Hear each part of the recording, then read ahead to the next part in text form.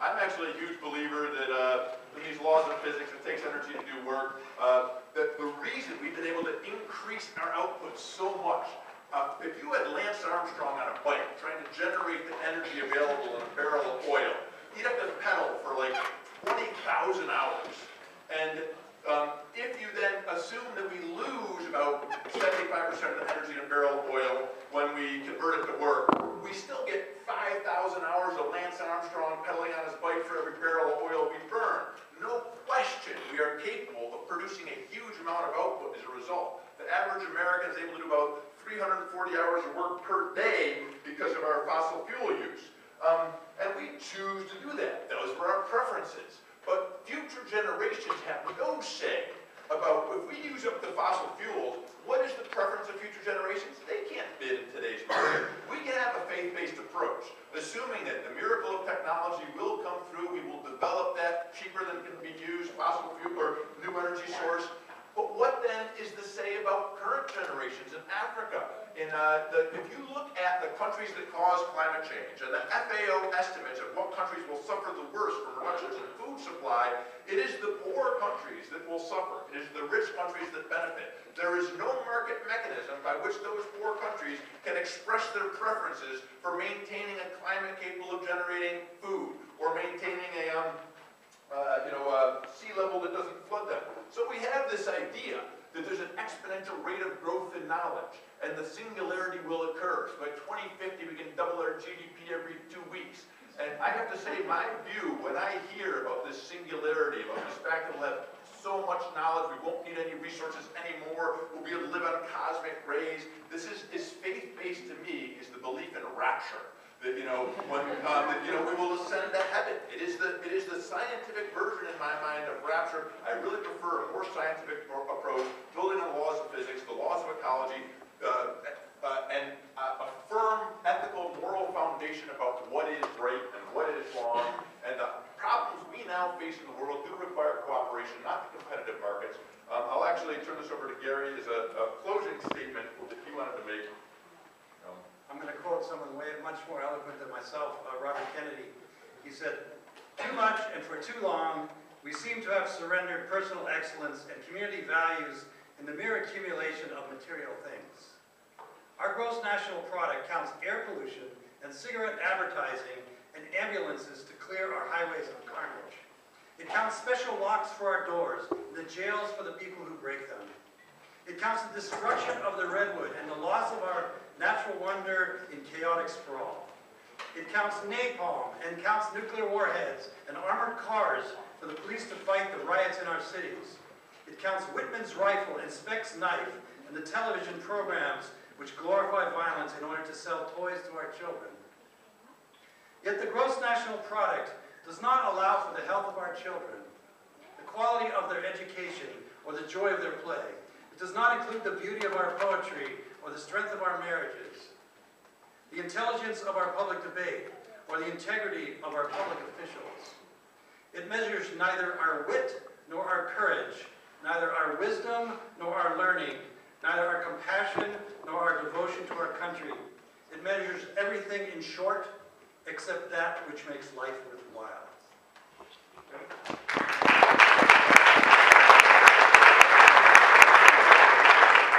There's still 30 seconds. I'd like to quote another great American, Yogi Berra. And when you talk about this goal, this relentless pursuit of economic growth, it reminds me of a Yogi Berra quote that says, "We might be lost, but we're making great time."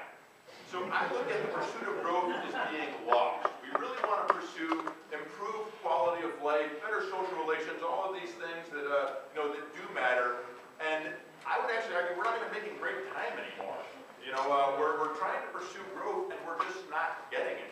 We're having so that we see dwindling growth in the wealthy nations, and so I do think we are terribly lost. It's time to refocus.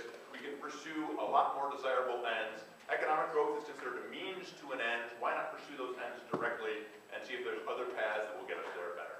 The answer is that there's no mechanism.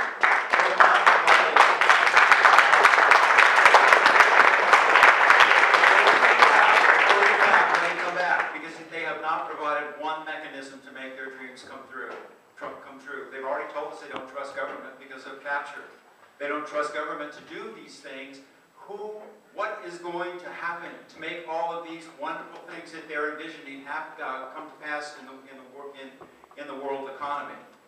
The reality is the only thing that we can do is open up our markets to developing countries, to let them share in the bounty of globalization. That is the only thing that we can do to help them as countries as a whole. There's nothing else. Now, these guys don't trust the market. Why? Because the market's already voted for growth. Right before the financial crisis, 120 countries in the world were growing. It was the greatest time of growth we've ever had. 120 countries were growing more than 4% a year.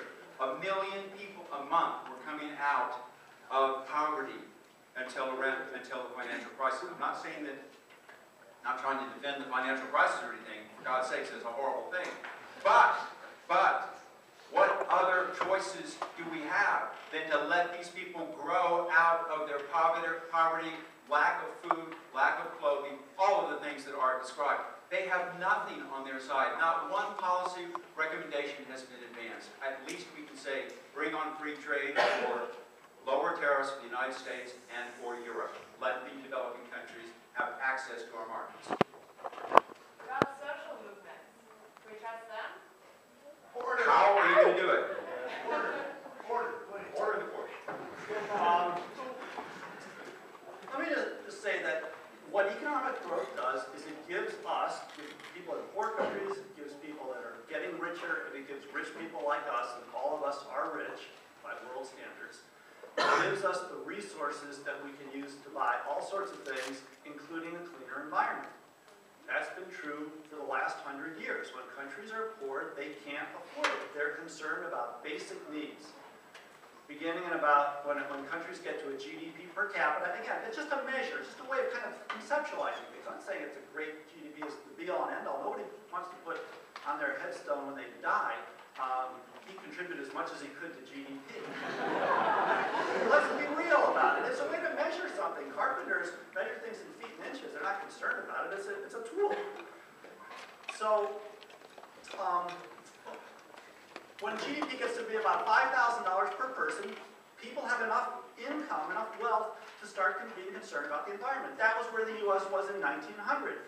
That was when we started what was called the conservation movement in the United States. Teddy Roosevelt and national parks. We wanted to preserve that stuff. And as countries get richer, that's what they do. And we keep devoting more and more of our resources to make things cleaner. When I was growing up, I lived in Cleveland, the Cuyahoga River caught fire. Okay? Now you can swim in it. Lake Erie you can swim in. You can now swim, wouldn't advise it, but people do. They swim in the Hudson River and the East River around New York City. Okay? There is a race. There's a marathon. It's a fundraiser where you swim around the island. And nobody dies from swimming. Okay? So we do get cleaner if we want to do it. And we do want to do it. That's one of our values. The air is cleaner. Cars pollute about 90% less today than they did in 1970. There's the atmospheric concentrations of sulfur dioxide, lead, particulates, you name your pollutant, and they're down 60, 70, 80% since 1970.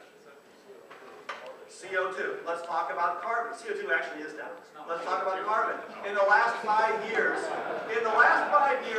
carbon emissions from the United States into the atmosphere have gone down by 500 million tons. Why? That's about a 10% decline. Why? Not because we're all driving Priuses.